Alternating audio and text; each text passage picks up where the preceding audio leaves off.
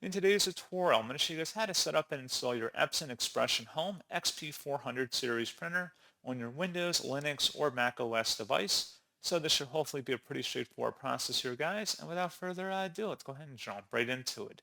So all you have to do is open up a web browser, and into Google, you want to search for Epson Expression Home XP-400 support. Go ahead and search for that.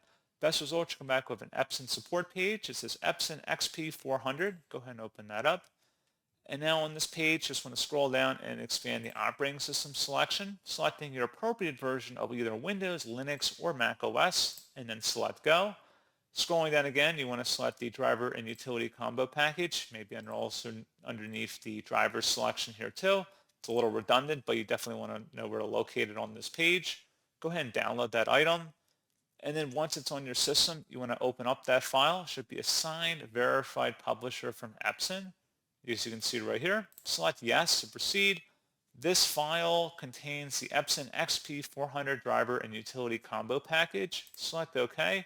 Proceed with the installer here, setting up optional features you may want to have included with your printer software, as well as preferences for wired versus wireless printing. And that's pretty much it. So, as always, thank you guys for watching this brief tutorial. I do hope that I was able to help you out, and I do look forward to catching you all in the next tutorial. Goodbye.